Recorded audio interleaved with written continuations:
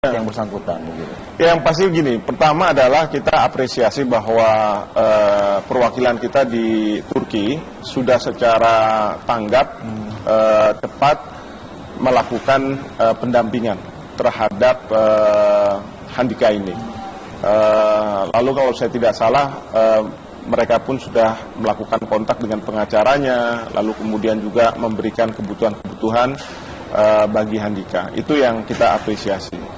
Nah, yang kedua, memang ini masalah yang berkaitan dengan kedaulatan di Turki.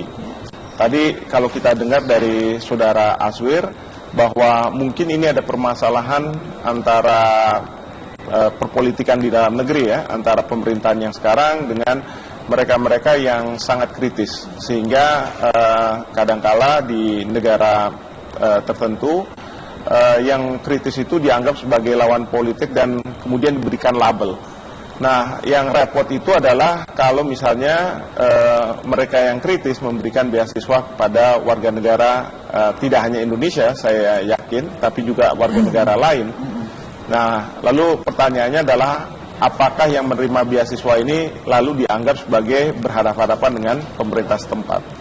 Atau tadi yang disampaikan oleh Rivi, bahwa seberapa jauh yang bersangkutan ini terlibat di dalam organisasi dan kemudian turut mengkritisi pemerintahan yang ada, sehingga mereka atau dia dianggap sebagai turut di dalam seolah-olah menggoyang pemerintahan yang ada sekarang. Nah, ini yang kita harus tunggu otoritas setempat.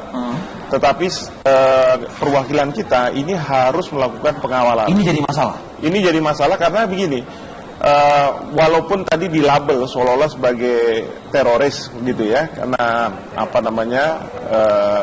organisasi ini dianggap sebagai teroris oleh pemerintahan yang sah. Sebagaimana saudara Aswir katakan, sebenarnya bukan teroris seperti yang kita anggap teroris sekarang ini, eksis, ya, gitu misalnya. yang eksis ini, tapi ini bentuk lain. Nah, oleh karena itu kita pun pemerintah, kita tidak bisa langsung meminta kepada pemerintah setempat untuk melakukan misalnya pembebasan dan lain sebagainya. Kita harus tunggu. Tetapi juga pemerintah harus meyakinkan pemerintah setempat bahwa yang bersangkutan ini tidak terlibat gitu ya di dalam proses melawan pemerintahan yang sah. Begitu. Baik, Prof. Kita sudah tersambung dengan ibunda dari Handika. Ini sudah bersama kami, Ibu Supartiningsih. Selamat pagi, Ibu. Kapan Ibu mendengar ada informasi bahwa putra Anda ditahan oleh pemerintah Turki dan siapa yang mengabari Ibu? Saya dapat kabar hari Jumat tanggal 10 Juni dari KBRI. Boleh kami mengetahui kalimatnya seperti apa, Bu? Kalimatnya cuma memberikan kabar kalau Handika ada musibah. Kemudian musibahnya dijelaskan seperti apa, Bu? Musibahnya cuma katanya di rumah itu ada 3 rumah dipantau sama polisi, tapi kan tidak tahu yang mau diambil itu siapa. Pas mau gerbekan itu yang ada cuma anak saya sedang tidur katanya. Dan kemudian Ibu juga dijelaskan bahwa putra Ibu ditahan oleh pemerintah setempat, begitu, Bu? Iya. Terakhir Ibu mendapatkan kabar dari putra Ibu kapan, Bu? Tanggal 1 Juni di WA. Berkabar apa pada saat itu, Bu, Handika kepada Ibu? Ya cuma dia kan baru semesteran, cuma bilang kalau nilainya naik gitu saja. Sering bercerita mengenai apa ya, kegiatan sehari-hari mungkin, Bu? Dia nggak pernah cerita apa-apa. Dia itu orangnya kan anaknya baik kalau di rumah ya. Saya nggak tahu di situ, tapi kan saya sudah tanya sama teman-teman yang di sana, katanya juga nggak pernah ikut-ikut seperti itu. Bu, pada hari Jumat dihubungi oleh pihak KBRI di Ankara, Turki, Bu. Tentu Ibu bertanya kan kenapa anak saya ditangkap. Ada penjelasan, Bu, terkait dengan hal ini? Belum ada. Waktu itu katanya suruh nunggu hari Senin. Hari ini berarti ya Bu ya? Iya. Sudah ada Bu kontak lagi? Saya sih sering kontak tapi belum ada kabar pasti dari sana, kan belum hari Senin gitu nunggunya. Oh jadi Ibu sering mengontak pihak KBRI? Iya. Iya. Untuk menanyakan juga Bu, kenapa, perihal masalahnya apa begitu? Iya. Iya, saya tanya masalahnya seperti apa, kondisi anak saya seperti apa. Karena saya kan jauh, tidak mungkin saya ke situ. Apa yang Ibu khawatirkan, Ibu? Saya khawatir kalau anak saya kenapa-kenapa. Masa depan anak saya nanti bagaimana? Saya juga nyekolahkan ya untuk ke depannya anak saya.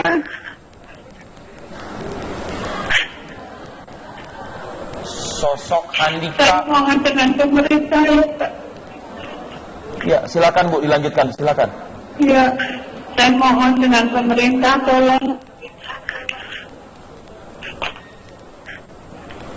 tolong dibantu kasus ini.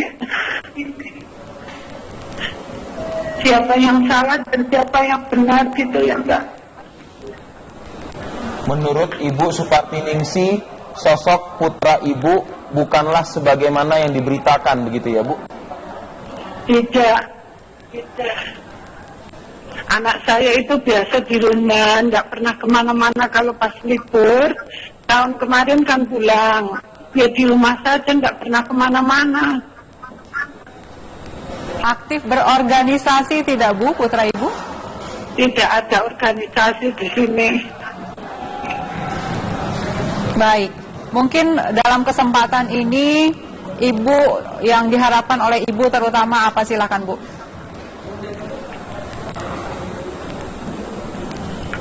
Saya mohon pemerintah segera menyelesaikan masalah ini supaya anak saya bisa bebas dan bisa sekolah lagi. Baik, berapa semester lagi Bu kurang lebih? Ini kan sudah 3 tahun di situ, yang 1 tahun untuk Tomer. Baik, Ini masih 2 tahun lagi. baik. Baik. Saya, Mbak, Ya, saya silakan Bu. kasihan itu kan kabar dari KBRI sama yang di media itu tidak sama. Saya kasihan sama itu ke depannya anak saya, Mbak. Baik. Baik Ibu Supartiningsih, terima kasih atas waktu Ibu menyempatkan berbincang bersama kami Bu. Dan harapannya setelah ini adalah ada kabar baik untuk warga di Wonosobo. Prof, pemerintah bisa? Ya mudah-mudahan pemerintah bisa. Gini, kalau saya lihat ada negara-negara di dunia ini ya, ada negara, mohon maaf kalau saya katakan seperti ini, Korea Utara, yang kadang-kadang dasarnya tidak kuat, orang itu kemudian ditahan gitu, warga negara Amerika dan lain sebagainya. Tentu itu akan sangat pelik. Tapi kalau misalnya di Turki, kita tahu bahwa di sana demokrasi tumbuh, sistem hukumnya ada. Saya yakin pemerintah tentu bisa mengawal proses dari saudara Handika ini. Ya, dan tentu kalau misalnya seperti tadi Ibu Supartiningsih yang sampaikan bahwa Handika ini anaknya yang baik dan lain sebagainya, dan memang tidak ada keterlibatan, saya yakin akan bisa dibebaskan. Tetapi ini semua bergantung pada otoritas tempat, bagaimana mereka memeriksa Handika. Dan pemerintah kita melalui perwakilan tentu tidak bisa melakukan intervensi. Ya, kita hanya bisa melakukan pengawalan terhadap proses ini. Dan mudah-mudahan memang tidak seperti yang diduga oleh otoritas Turki ketika dia ditangkap ini. Mungkin saja karena dia bergaul dengan teman-teman Turkinya yang mungkin dianggap sebagai militan dari organisasi Hizmet ini. Bukan berarti kalau misalnya tadi Indi menyebutkan Aswir ya tadi ya, yang menyebut ada 400 penerima beasiswa dari Hizmet begitu, bisa jadi ya jangan-jangan nih begitu, pemerintah Turki menjadikan 400 ini akan menjadi korban juga dong. Iya. Korban politik begitu kan? Itu yang kita masih belum tahu. Mudah-mudahan sih tidak seperti itu. Karena tadi ada variabel yang mengatakan Karena bahwa ada stigma tidak suka dengan Hizmet, nah, misalnya. tidak suka dengan Hizmet, tapi juga ada variabel yang mengatakan bahwa si Handika ini satu rumah dengan mahasiswa Turki yang kemungkinan sangat aktif di dalam Hizmet. Dan kemudian yang diintai itu adalah rumah gitu ya. Jadi pada waktu itu mungkin otoritas tempat menciduk semuanya tanpa Jadi melihat. salah tangkap dong berarti jangan-jangan. Kita nggak tahu. Kita berharap bahwa itu salah tangkap, tapi kan harus ada proses hukum di sana. Dan kalau memang tidak ada bukti apapun, ya tentu Handika akan dibebaskan. Baik, tadi informasi dari Ibunda dari Handika mengatakan seperti itu kurang lebih ya kabar dari KBRI. Dan kita masih terhubung dengan Mas Azwir? Mungkin. Oke, Mas Azwir, apa yang bisa dilakukan oleh rekan-rekan PPI di sana, Mas Azwir? Ya, pertama kita terus komunikasi intensif. Memang ini musim ujian akhir ya, seperti disampaikan oleh Ibu. Dan saya juga beberapa kali kemarin dengan Ibu, seharian kita komunikasi terus. Saya meyakinkan bahwa Ibu, sepengetahuan kita dan informasi yang kita himpun, bahwa anak Ibu itu alhamdulillah anak yang baik. Sehari-hari dia baik, salatnya semuanya, dan dia itu bukan teroris. Dan kami juga sudah sampaikan kepada teman-teman media bahwa labeling dia sebagai teroris ini sangat merugikan dan sangat mengganggu psikologis dari Ibu itu yang Ibu ceritakan kepada kami. Dan maka dalam hal ini juga kami dari PPI menyampaikan pada media dan teman-teman tanah air seperti Prof sampaikan tadi bahwa ini di Turki punya otoritas, punya hukum, dan kita sudah berkoordinasi dengan KBRI bahwa tidak bisa diintervensi, tapi ini terus kita kawal. Teman-teman PPI insya Allah kita juga sedang mengusahakan untuk bertemu langsung dengan pengacaranya atau kalau memungkinkan dengan Handika ini dan memastikan bahwa dia ditahan ini juga dalam keadaan baik. Sambil juga meminta kepada seluruh orang tua, teman-teman yang ada di Indonesia semuanya berdoa bahwa Turki selama ini walaupun banyak kasus-kasus teror tapi secara umum kondisinya stabil, baik. Teman-teman mahasiswa di sini, sepengetahuan kami, data-data yang kita miliki itu semuanya umumnya baik-baik. Anak-anak yang juara-juara Olimpiade yang di Indonesia kemudian datang ke Turki. Baik, Mas Azwir Nazar, terima kasih sudah bergabung bersama kami. Prof juga mudah-mudahan segera ada kabar baik ini mengenai saudara kita. Kita harapkan Handika. demikian. Baik, terima kasih. Saat lagi kita kemana lagi nih? Nanti kita coba memantau Andro lagi yang ada di tengah kota Jakarta dengan segala hiruk pikuknya begitu ya. Saat lagi begitu.